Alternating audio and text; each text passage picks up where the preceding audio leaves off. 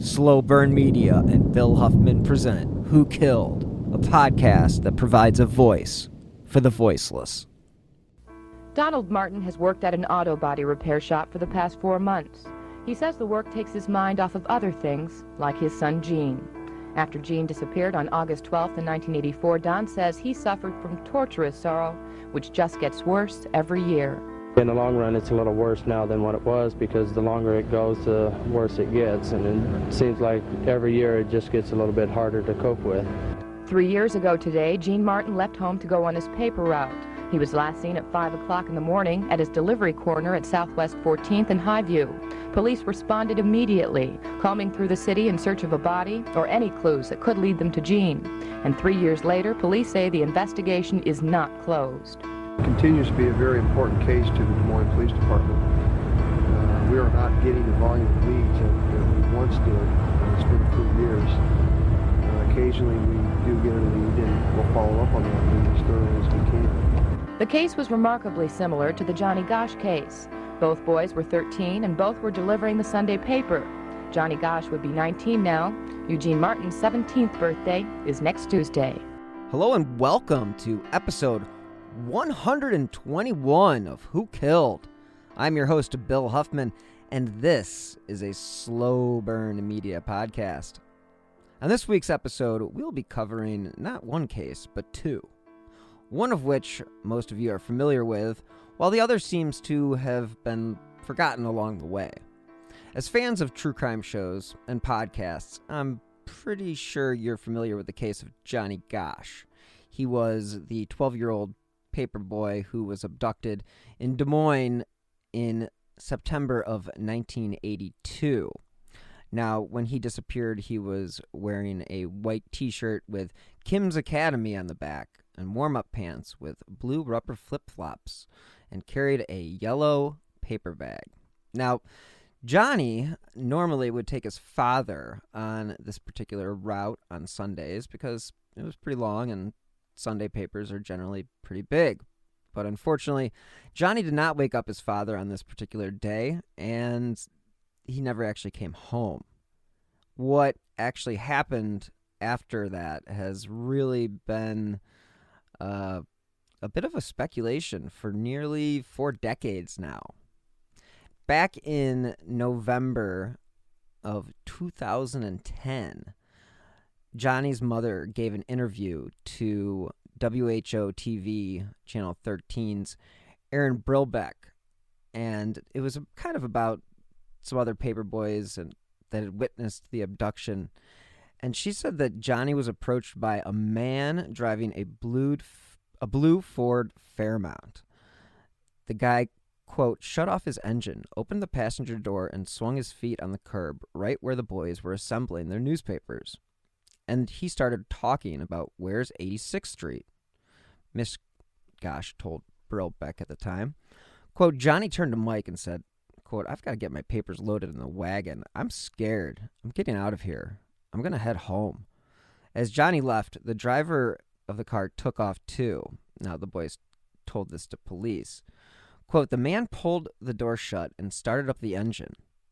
But before he left, he reached up and flicked the dome light 3 times. Then he pulled out and left, according to Mrs. Gosch.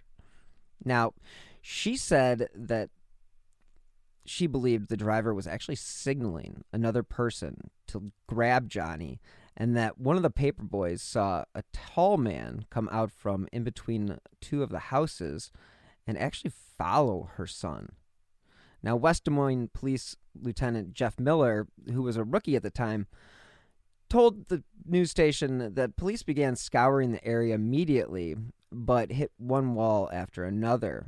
Quote, they went ahead and called in the staff. The troopers, they called in the detectives, the reserves. They even contacted the Polk County sheriffs. The state patrol was even involved. At that point, they did a door-to-door canvass of that neighborhood, trying to find someone who saw something of Johnny.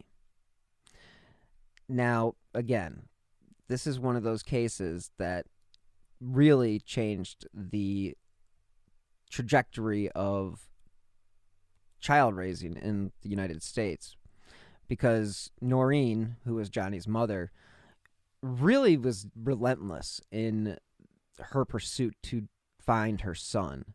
And it was only 1 month after her son's disappearance that she actually founded the Johnny Gosch Foundation and developed a program called, quote, In Defense of Children. Now, she began touring the nation and made nearly 1,000 personal appearances with law enforcement, missing persons organizations, and those involved with human trafficking. This was all just in an effort to bring awareness to the crime that happened to her son, but also the crimes that could happen to other people's children. And on July 1st, 1984, she actually helped author a bill titled the Johnny Gosch Bill, and it was passed into Iowa law. And it actually mandated police involvement whenever a child went missing, and was subsequently adopted by 8 additional states. And that same year, she actually traveled to Washington, D.C. and testified before Congress. And this was during hearings on organized crime. Her testimony, she said, led to the death threats and also, in part, the eventual establishment of the National Center for Missing and Exploited Children. President Ronald Reagan invited her to the center's opening and dedication. And she went on to work on 2 documentaries, one for HBO and another for the State Department. And her story about what she believed happened to her son led to her writing Why Johnny Can't Come Home, which was published in 2000.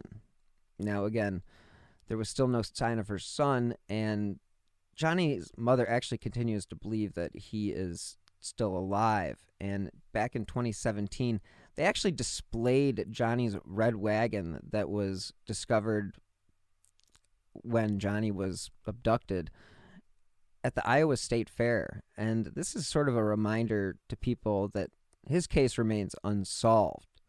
And according to Radio Iowa, a red wagon, quote, a piece of one of the most infamous cold cases in Iowa history, is going to be on display at this year's Iowa State Fair.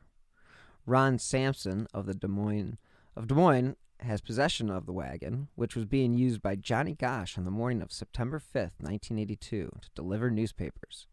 The wagon was left behind when the 12-year-old boy vanished. So why does Sampson want to showcase the wagon at the fair? Quote, we're certainly not trying to commercialize anything. Gosch's apparent kidnapping remains unsolved 35 years later, but despite countless news reports, a documentary, books about his disappearance, Sampson says he wanted to put the wagon on display for all fairgoers to see as a quote-unquote tribute to Gosch's parents. Quote, John and Noreen went on a crusade to make things safer for young children, for parents, and helping law enforcement with getting things done and reported. I guess I would reach back and say they were the very beginning of the Amber Alert. They were the first people to have a child on a milk carton. Now, as in most cases where a child is abducted or murdered by a stranger, John and Noreen's marriage did not last, and they actually divorced in 1993. Sampson was, or is now, a real estate agent and became friends with the couple shortly after their son disappeared. And actually, Sampson was the owner of the Ankeny Press Citizen, and he wrote a series of articles about the case. Quote, they plowed some important ground legislatively and just everyday life. Things changed because of John and Noreen, Sampson said. I think if this wagon symbolizes anything, it's the great changes that they made happen for today's parents. The Iowa State Patrol has agreed to include the wagon among its displays inside the grandstand at the Iowa State Fair. Gosch's father, John, sent the wagon to Sampson around a year ago. Quote, he had the wagon and just said, there need to be a better place for it, a place that will touch people and mean something to people.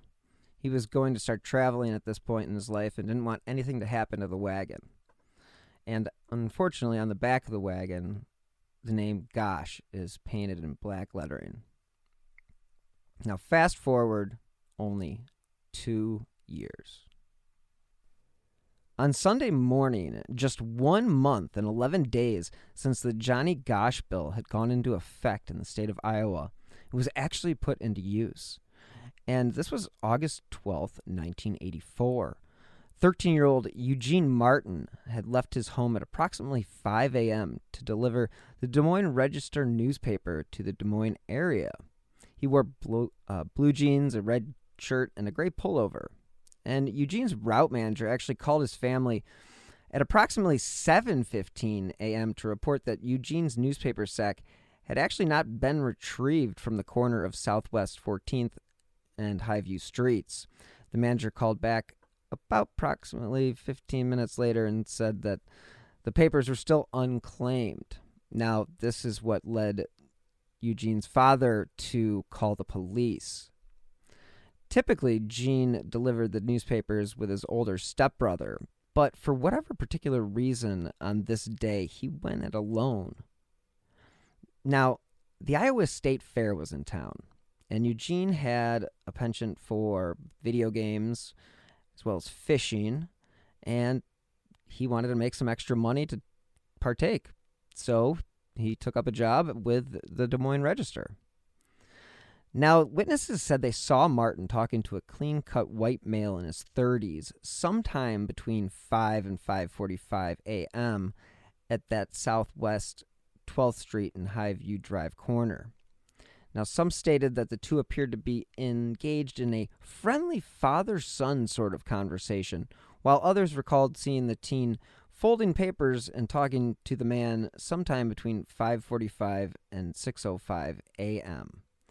Gene was 13 years old when he vanished from the corner of Southwest 14th and Highview Drive in Des Moines, and he was actually going to turn 14 just that coming Friday. So it was about 5:30 in the morning, and he had some of his papers rolled up and ready to be delivered. And it was about 2 years before that call came in about Eugene that 13-year-old Johnny Gosch had gone missing while he was delivering papers in West Des Moines. So the DCI, FBI, and West Des Moines PD quickly came to help in Eugene's case. Eugene's father, Don Martin, actually tried to coordinate search efforts with his neighbors and people who were volunteering. But the only solid clues that were left behind that day were Eugene's bag full of papers, again, left on the corner, and just a few people who saw Eugene talking to some man. Now, Rowley, who was one of the investigators at the time, he said, quote, "We found 3 people going to the Balloon Fest that had drove by and seen Eugene talking to a man. It looked like a father-son conversation between them." Now, we know that this was not his father, and that, unfortunately, Gene never returned home. So, in the process, the search teams combed through cornfields. Officers even flew to Cancun to actually follow a lead. And as time went on, it was becoming clear that Eugene's case was actually very similar, and sadly similar to the case of Johnny Gosch. Now, according to a UPI news wire at the time, the FBI was searching nationwide for a quote-unquote loner suspect in the disappearance of a newspaper boy, and said there may be a definite connection to another paper boy who vanished from his route in 1982. Eugene Martin, whose 14th birthday was Friday, vanished early Sunday as he was about to deliver copies of the Des Moines Register. Newsboy Johnny Gosch disappeared from his Sunday route September 5th, 1982, and has not been heard from since. Authorities said they are treating the Martin case as a kidnapping and have issued a nationwide bulletin for a man described as between 30 and 40 years old, 5'9", clean-shaven, and with a medium build. Quote, "Generally, this person is an introvert, a loner, who may or may not be extra guilt-ridden on what he does, but he will not turn himself in." Now, Hawkins, a special agent for the FBI in charge of the Nebraska-Iowa field office, said 17 FBI agents and other authorities were investigating leads. They were concurring with local officials and other authorities to see if there was a connection with the Gosch's disappearance and that of Gene Martin. Now, Hawkins said he would look into a report by Martin's father, Don, that an unidentified man had told him that he saw a boy, quote, looking battered and beaten in a car headed out of town Sunday evening. The man spotted the car about 3 miles from the Martin home, but he was not sure that the boy was Eugene, Martin had said. He said the man did not notice what kind of car the youth was in, nor did he get a description of the driver. Martin said a Help Find Eugene Martin fund was established at a bank after a suggestion by none other than Noreen and John Gosch, Johnny's parents. And as I mentioned, Gene disappeared from roughly the same area where Johnny disappeared from in 1982. And again, at the time, it was not known if these two cases were related. Heck, we still don't know. But both boys were paper boys, and they were both in the Des Moines area, and they disappeared in somewhat similar fashions. Not to mention the coincidence that they were both delivering the Sunday paper when things are pretty quiet. So, am I going to jump to conclusions and say they're connected yet? I don't know. Let's just leave it at that. Let's continue on, because the Des Moines Register is one of those papers that I like to bring up these newspapers all the time because I do a lot of research through newspapers.com, newspapers archives, all that stuff.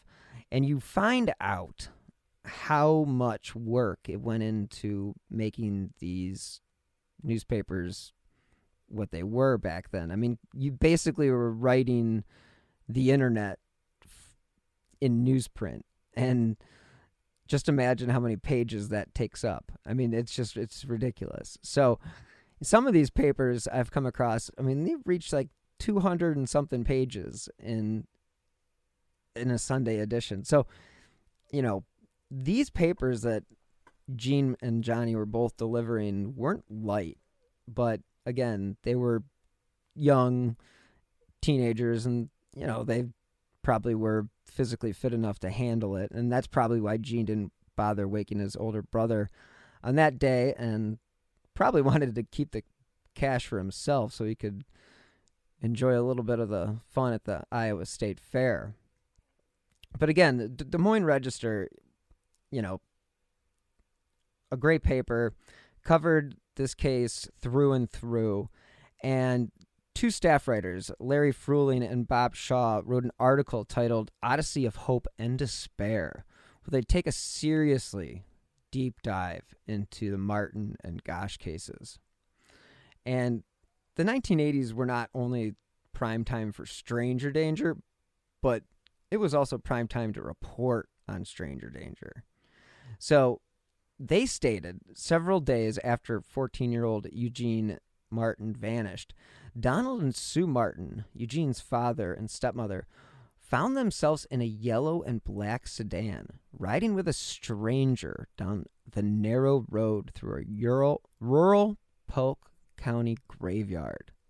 The Martins were with a middle-aged, husky man who identified himself only as Bernie. He had come to the door, saying his psychic powers would lead the Martins to the graves of Eugene, Johnny Gosch, and 3 other young men. I mean, if there isn't a psychic sticking their nose into one of these missing person cases in the 80s, please let me know, because I have yet to see one. So this guy, Bernie, has the Martins in his car, and he's driving southeastward from their home at a quote-unquote maddeningly slow speed. And he would occasionally pull off the street and rub his eyes as though in deep concentration. This would make the Martins increasingly edgy as Bernie seemed to put himself in the place of Eugene, and then as Eugene lapsed into unconsciousness, in the place of the boy's abductor, according to this article. Okay, if I'm the Martins at this point, I am a little concerned. That's a side note from me. Back to the article. You know, this is actually why I find this reporting to be so interesting, because the writers actually took their time to flesh out a story instead of running with whatever headline gets the most clicks. So anyway, they report just a week earlier the Martins could in no way have imagined such a bizarre ride. Married only 4 months, they and the children that each brought with them to this new household were still adjusting to one another. Their main worry was that Donald was out of work, and guess what? When that happens, there isn't much money to go around. And now you have Gene, who has vanished from a street corner in Des Moines. And it's just another reminder that Johnny Gosch was abducted in a similar situation just 2 years prior. And the Martins' lives were literally cast upon an odyssey of grief, horror, faint hopes, and crushing despair. An all too familiar journey with another Iowa family, those of the Gosches. Again, within hours of Eugene's disappearance, the Martins were under the magnifying lenses of detectives and reporters. Within days, they had learned of the slimy underworld of child pornography and prostitution. And within 2 weeks, they had seen the story of Eugene's disappearance fade away under the dead weight of no new leads and no new information. You know, this is one of the things that you do find out when you investigate these types of cases. There's a lot of sick people out there. And unfortunately, they live amongst us. And yes, there are registries, and you could drive yourself insane if you went on there and looked them up, because there are a lot of people on there that probably don't belong on there, and there are a lot of people not on there that probably do belong on there. So, you know, it's by no means like a perfect system. And I believe that, you know, Patty Wetterling of the Jacob Wetterling case, who was a big proponent of this particular act, would agree and say that, you know, there are certain cases that should be thought of as, you know, sex offender cases, and others that should be looked at a little bit differently. So back to Johnny and Eugene, and the fact that Gene, like any other Sunday, had performed the arduous task of preparing his delivery for the Des Moines Sunday Register. And if you ever had a Sunday paper, you know it's filled with ads and stuff that you have to put into the papers. It's not just grabbing your bag and throwing it on the tree lawn. It is what it is. And that's probably why his brother was involved with a lot of these situations. But again, Gene was in a very decent middle-class neighborhood, and the fact that he just disappeared without a trace is mind-boggling and absolutely heartbreaking for the Martin family. And, you know, volunteers, hundreds of volunteers, actually plastered the nation with missing posters with Gene's face on it. And they searched the woods, the cornfields, and did everything else to solve the mystery of Gene's disappearance. You know, you've seen this in the Amy case, the Molly Bish case, the April Tinsley case, the you name any case that I've covered. All of these cases involve search parties and psychics most of the time, and these are just things that attract certain people. And that's not to say that there isn't some things that can be gained from talking with a psychic, but to put your money into a psychic if you got other responsibilities, probably not the best way of going about it. This week's episode is sponsored by HelloFresh. With HelloFresh, you get farm-fresh, pre-portioned ingredients and seasonal recipes delivered right to your doorstep. Skip trips to the grocery store and count on HelloFresh to make home cooking easy, fun, and affordable. That's why it's America's #1 meal kit. This summer, HelloFresh is here to take the work out of eating well. Reach your goals with delicious, calorie-smart, and protein-smart lunch and dinner options, plus new vegan recipes, too. HelloFresh makes entertaining easy with a selection of crowd-pleasing eats like their bratwurst bar with caramelized onions, Dijonnaise slaw, and pineapple relish, or a snack board with pretzel bites, spiced bar nuts, and hot honey peach jam. So go to HelloFresh.com/WhoKilled16 and use the code WhoKilled16 for 16 free meals plus free shipping. Again, go to HelloFresh.com/WhoKilled16 and use WhoKilled16 for 16 meals plus free shipping. So, back to their fun ride with Bernie. It had been almost 4 hours with this psychic, and they finally made their way to Avon Cemetery, which is just 6 miles from the Martins' house. So it took them 4 hours to drive 6 miles. Yes, I would say I would be really, really mad as well. So it's not surprising when the reporters talked to Don Martin and he said, quote, "Not too many people scare me, but he had my skin crawling." Let's hear from this week's sponsor, Best Fiends. It's really great to be getting back to normal this summer. I know I'll be heading to the movies and hitting the beach. And while at the beach, I may give my brain a refreshment by opening Best Fiends on my phone. True crime calls for a beach break now and then, and that's when I turn to Best Fiends. Solving puzzles is kind of my thing, and Best Fiends offers me a new challenge every day. It's way more fun than the other matching puzzle games out there. It's also one of those games that makes 30 minutes feel like 30 seconds. And guess what? It's totally free to download. One of the coolest parts about Best Fiends is whenever I open the game, there's something new going on every time. Whether it's a new challenge, new levels, or a fun monthly event.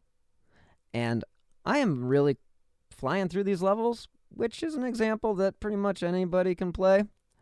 I find that moving through these puzzles and these different levels is a great experience. And it really does refresh my brain. Collecting all those different characters is just another reason that I turn to Best Fiends for a challenge. So if you're tired of the same old puzzle games, I believe this game is for you. And I actually have a favorite character, and he's aptly named Temper, because he fits my personality. Trust me, you don't want to miss out on this game. So join me and millions of people who are already playing this fun puzzle game. Download Best Fiends for free on the Apple App Store or Google Play today. That's friends without the R, Best Fiends. All right, we are back. Now, the Martins, a friend and a policeman went back the next day to search the cemetery because once they arrived that night, Bernie told them it was too dark to get anything done. Now, luckily, they never heard from Bernie again. But again, what the hell are people doing getting into cars with people who say they are psychics and then drive them around aimlessly and do all sorts of weird stuff? It's just stupid, and it doesn't really do anybody any service. And the fact that you put yourself in that position kind of speaks for itself, and people can read into that whichever way. But I know everybody wants an answer who's got a missing child, but please be smart about it. I mean, like, you've got other children. You can't just be getting into the car with some random guy who's going to drive you around the city claiming to know where not only 2 bodies are buried, but 5 total. I think that's a red flag to bail. If there's anyone reason to bail, I'd say that's it. So, back to the story. The Martins, as I said, they go back the next day to the cemetery, and they really don't find anything. Janice Martin, who at the time of her interview by the Des Moines Register, she was sitting by the telephone with a brown vial of tranquilizers by her elbow with a cup of coffee in her hand. Quote, "I drink 3 or 4 pots a day," she says in a thin, brittle voice. Quote, "It doesn't bother me because I take my pills." Since her son Eugene vanished 3 weeks ago, her life has been reduced to waiting by the phone and occasionally searching fields and ditches with teams of volunteers. Quote, "They let me go sometimes, but I was told that I really shouldn't come along because if I was with them and they found something, first you get scared, then hurt, then angry, then you blow a fuse, and then you start all over again. My mind isn't there, I'm in and out." And until Eugene vanished, she worked part-time supporting 3 children. Quote, "I'm a bartender. A lot of people say, 'Yep, see?' When they hear that," she says, describing the telephoned accusations that she had failed as a mother. Quote, "It isn't true, but it still hurts. I've had 6 or 7 calls saying things like, quote, 'If Gene had been home where he belongs, he'd be there today,' unquote. I didn't know how many strange people were there or were out there," Martin recalls. And for her, that night before had been a late one at the Sunrise Tap, which was a fixture on East 42nd Street and Easton Boulevard for as long as really anyone could remember. Now, again, this is quoting directly from the article in the Des Moines Register. And she had to close the bar at 3 a.m. And so it was a late night. And it was 4 hours later that she actually received that phone call. It was actually from her sister-in-law. And this was Linda Martin telling her that Eugene had vanished while he was on his paper route. Now, he had been staying with his father at the South Side home where Martin had divorced 2 years before. Now, it took a couple of seconds for her to connect. Martin says, quote, "I knew he didn't run away. I talked to him that Tuesday. His birthday was coming up. He told me he wanted a ghetto blaster like his brother's." As the investigation ground into its 3rd week, Martin says, quote, "Everyone has their theories, but no cold, hard facts. I guess you could say there is no trace. I wonder where he is at, what he is doing, whether he is asking for me and his dad." 2 of Martin's uncles from Saylorville, Roger Blanchard and Bob Walker, had dropped by to check on Martin. They had been searching for Gene, sweating through weeds for hours, and they were, pun intended, bushed. Walker, this is again straight from the article, a likable galumph of a man, plopped into a sofa. Quote, "Yup, every year the cooks come out of the woodwork, and them paper boys are easy targets that early in the morning." At the Sunrise Tap, a Tupperware box full of collected money sits on the bar with a note taped to it that reads, quote, "Janice, you have our prayers, also our love, and most of all, our support. Your friends at Sunrise." Now, everyone there has been fiercely protective of Martin. Between serving Budweiser's, owner Darlene McElwee shook her head. Quote, "It's awful. Hard to lose a child. But to lose one with no finality, it's just terrible. People go down the street looking both ways. Johnny Gosch upset them. This one made them aware." To a reporter, one bar patron said, "Hey, don't write anything to hurt her, okay?" More than 400 people sat in the spacious sanctuary of the First Assembly God of Church on the Merle Hay Road in Des Moines for a terror-filled 2-hour and 20-minute program on sexual abuse and murder of children. One speaker, Bob Curry, had 3 children who were among many students allegedly molested by the owners and staff of Virginia McMartin Preschool in Manhattan Beach, California, a suburb of Los Angeles. If you guys recall this case, something's fishy. Curry tells of watching a videotape in which a psychologist interviews Curry's son, now 8 years old, about the boy's experience at the school. At the end of the interview, the child vents his rage by thrashing the puppets the psychologist has used as go-betweens for the questions and answers. Quote, "It looked like an Alfred Hitchcock movie, one in which his own son was a featured actor," Curry told the crowd. The film was made by a Minnesota-based Society for Prevention of Cruelty to Children, and it opened up with a news conference called by 2 officials of the North American Man-Boy Love Association. One of the lip-sync officials is saying that young boys and girls should be allowed to engage in sex acts without their parents' consent. It is, he says, a matter of civil rights. He refuses to say how young his is too young, and the film ends with the heartbreaking funeral of Adam Walsh. All I want to say is, what the hell were these people thinking putting this shit together when these families were going through the hell? I mean, what is this going to do to make anybody feel better about anything? I mean, this is satanic panic, stranger danger, rolled into one. I mean, this is just ridiculous. And, I mean, I'm not, like, trying to harp on these people, but talk about going for being, I mean, this is just insanity. You know, I mean, it sounds like a freaking raucous mob, actually. I mean, they even talk about at the special that the crowd's most enthusiastic applause is delivered for Noreen Gosch when she suggests reinstating the death penalty in Iowa for certain sexual offenses against children. Quote, "These pedophiles, their desires never die." Now, again, I'm not going to argue with you. There is no evidence that pedophilia is treatable. It is a curse. It is a scar. It is a whatever you want to call it. Yes, you're right. There are and there is no cure. But to bring the death penalty for these types of acts, this is not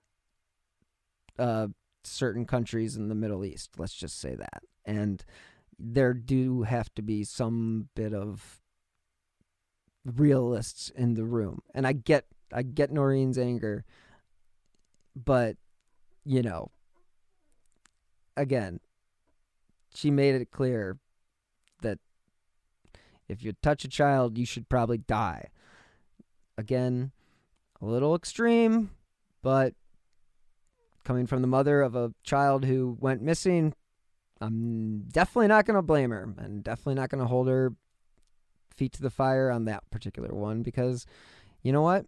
There are a lot of sick people out there, and guess what? A lot of them probably do deserve to be put to death, but we do live in a somewhat civil society these days, and I don't really think that would fly. But anyway, you know, the whole thing about these cases is that there is no resolution for the families. You know, Noreen, Johnny's mom, is still alive. She's still out there. She's made documentaries. She's written books. Unfortunately for Gene's parents, both his parents died. Don died of Alzheimer's, so he was, you know, off his rocker by the time he passed away. And Janice, unfortunately, died before him. So both of these parents died without knowing what happened to their child. And I can't imagine anything in this world being worse than losing a child to a stranger and then never, ever, ever finding answers. Not one iota. Now, Noreen will go and state some things on the record that people will dispute. There are weird things there. I mean, again, it's Like, it's just weird. She's very involved. She's done a million great things. Now, she did make the extravagant claim that Johnny actually came and visited her. We're going to let you look up that one yourself because I really don't want to go too deep into that. And again, this is more about Gene. And, you know, if you think about Des Moines and you think about the fact that you have two paper boys, roughly the same age, disappear only 2 years apart from one another.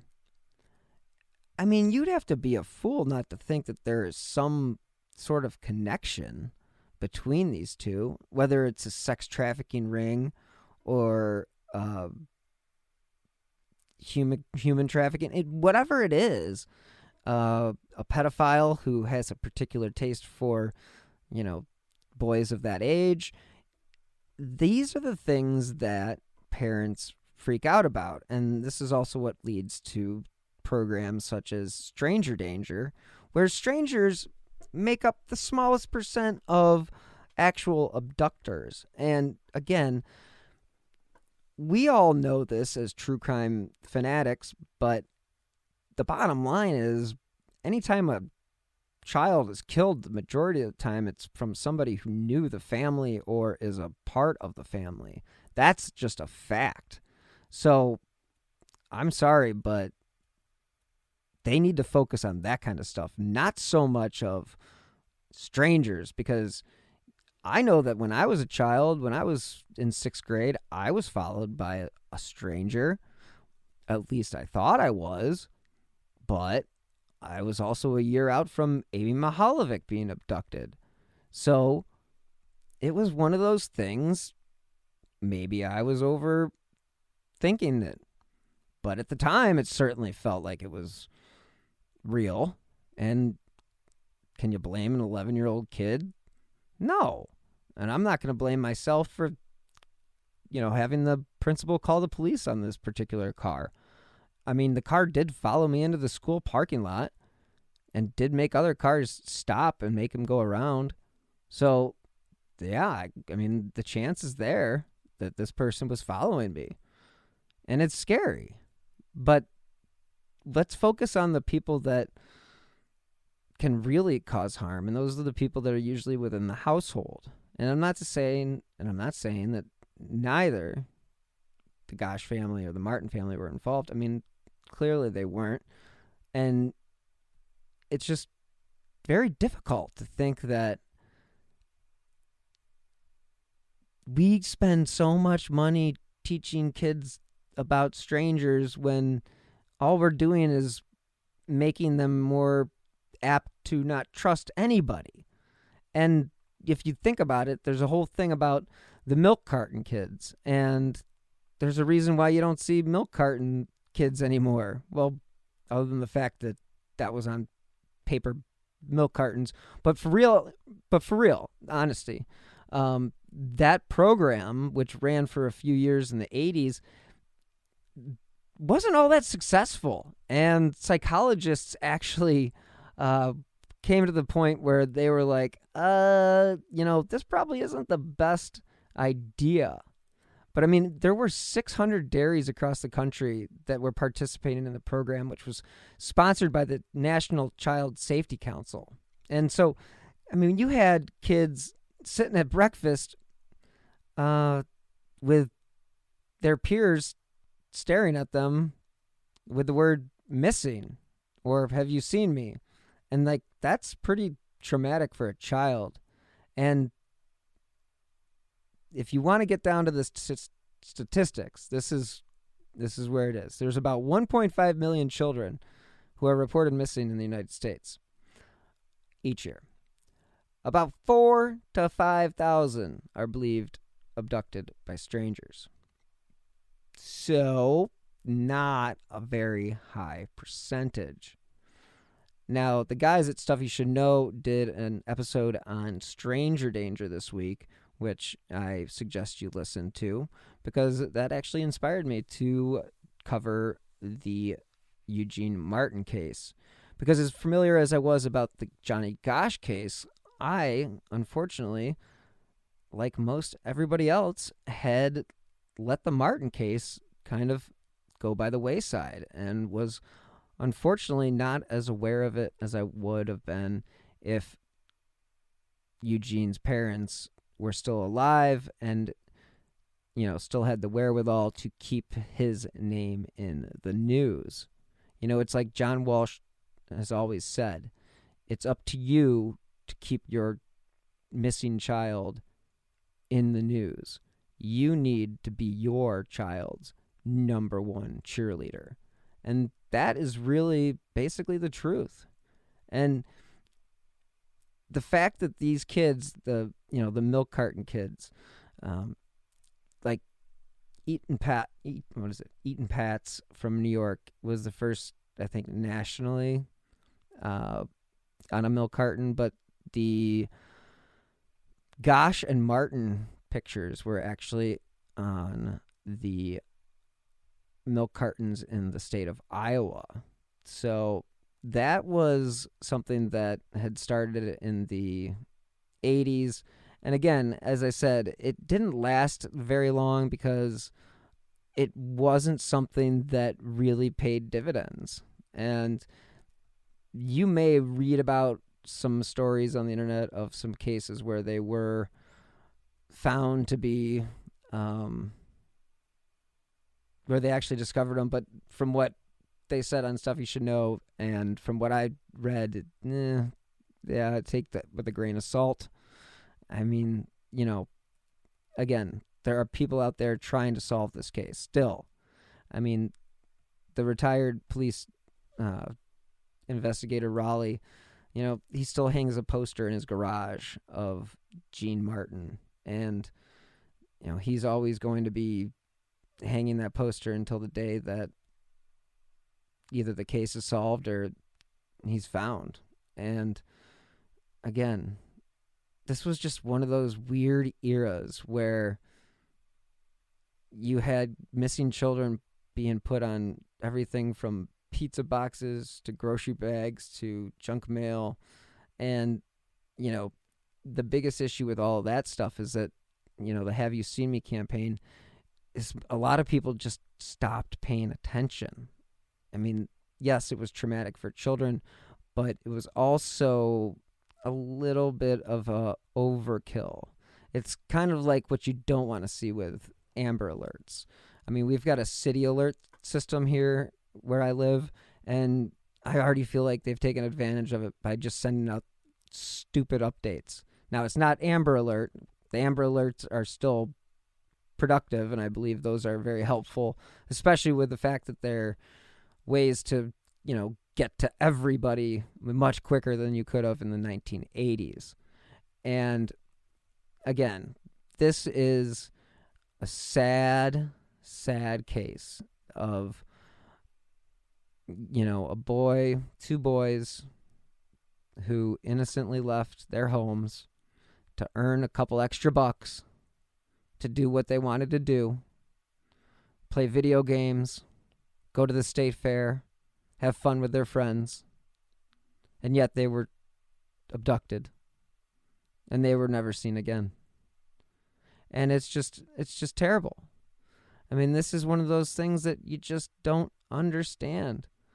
And I sit here reading about these cases and discussing this stuff with you guys, and yeah, it's brutal, man. I mean, this is tough. Like, I would never ever wish upon anybody what Noreen and John and Don and Janice went through. I mean, what a nightmare, an endless nightmare, a vicious cycle that does not end. So the big thing that I would like people to take out of this week's episode is the fact that all good things start with good intentions. The milk carton kids boys who just wanted to earn extra bucks for fun and sun in the summertime or whatever it is what they wanted to do with their money. And what happened was their lives were cut short. And then you have the ripple effect. And we've talked about the ripple effect on a number of occasions. And that is when one person dies, it doesn't just impact that family, it impacts that kid's friends, their parents. It just goes on and on and on. And when there is no resolution, such as in the Johnny Gosch case and the Eugene Martin case, it is very hard for any community to put themselves back together and be confident that their children are safe. And especially in a city like Des Moines. If you really want to go on and do some more research, I suggest you look up missing children from the Des Moines area in the early 1980s, and you will see a lot of numbers that are kind of shocking. So I'm going to leave you with this. Was there something going on in Des Moines in 1982 to 1984? Or was there something bigger going on through all the 80s? And those are the questions that we need answered. And at this moment, we need to find out who killed Johnny Gosch and who killed Eugene Martin. Thank you guys so much for tuning in this week. I know it was a little bit of a darker subject matter, and there was no resolution, which sucks. But it sucks even more for the Martin family and the Gosch family. So thoughts and prayers go out to them. And again, thank you to Best Fiends for sponsoring this week's show. You can download their app free from the Apple App Store or Google Play. As you guys know, I do drop new episodes of Who Killed every Friday, wherever you get your favorite podcasts. And as always, if you enjoyed this podcast, you can support the show by clicking on the link in the show notes. Or you can contribute to the show via the Venmo app with my username at Bill-Huffman-3. I did receive a nice contribution this past week, and again, every contribution, big or small, really does help keep these slow burn podcasts on the air. Now you can also support the show by leaving a 5-star review wherever it is that you listen to your favorite podcasts, because those stars help keep the cases that I cover in the spotlight. And if you'd like to stay up to date on the cases that I have covered, as well as the new shows that are coming down the pipeline, please follow me on Twitter at BillHuffman3. And seriously, thank you guys so much for listening. I really, really, really appreciate it. Until next time, be healthy and stay safe.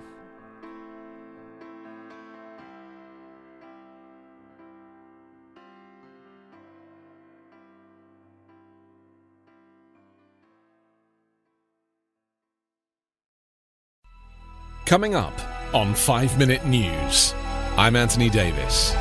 You might think it's partisan because maybe it's critical of one side or the other, but it's not. It's just the truth. And I think that's also something that's kind of unusual for Americans listening to the radio or to podcasts, because the news landscape in the States has been so partisan for so many decades. So 5 Minute News is verified, truthful, independent, unbiased, and essential world news daily.